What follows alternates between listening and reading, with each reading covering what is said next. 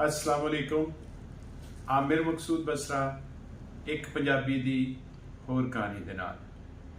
अज दी कहानी दे विच एक चिड़ी उड्डी जाती हुंदी है।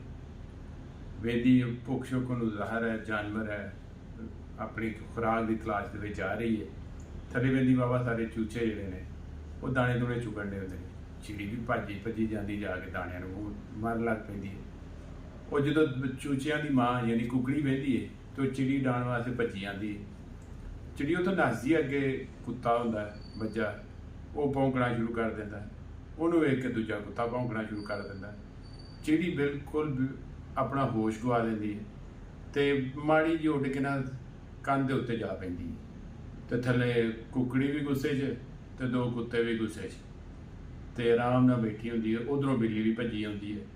बिल्ली भी कुत्तियां नूं वेख के थोड़ा जिहा साइड ते हो के उन्होंने वेखी जाती घूर घूर के, कुत्तियां दे अगे नहीं आना चाहती।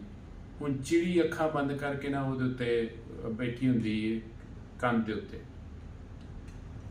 एक चूहा भी ना साइड ते लुकिया हुंदा, वो चाहता हुंदा चिड़ी जावे, इन्हां सारियां दा फोकस मुक्के ते मैं इत्थों निकल के कुछ अपना खाण पीण करा। वो वेंदा चिड़ी ते हिलन ही नहीं डई। वो हौली हौली उहदे नेड़े जांदा है, जाके चूहा उहनूं कहंदा है चिड़ी नूं, तेरे को ते पर है ने, तू क्यों नहीं उड़दी? की कहंदा है, तेरे को ते पर है ने, तू उड्डण क्यों नहीं डई?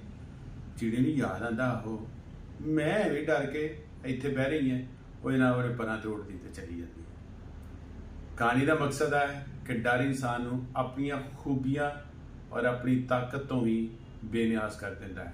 डर जिहड़ा है उहनूं यह भी सोचण तो हटा देंदा है कि तेरे को की है, तू कितना मजबूत है। बहुत शुक्रिया। ये वाला आर्टिकल आपने देखा, ये खूबसूरत आर्टिकल उस्मानी कलर जिसे उर्दू में कहते हैं, लाइट ब्लू इंग्लिश में, शलवार कमीज के टैग के अंदर आपको मिलेगा जस्ट 4500 में। इंतहाई खूबसूरत डिज़ाइन, ये छोटी सी एम्ब्रॉयडरी। कल वाले आर्टिकल जो ग्रे था उससे उसके साथ वाला ये कलर है MAQSOOD.PK यानी मकसूद.PK पर आपको ये जस्ट 4500 में मिलेगा। आपसे इजाज़त चाहता हूँ। अल्लाह हाफिज़।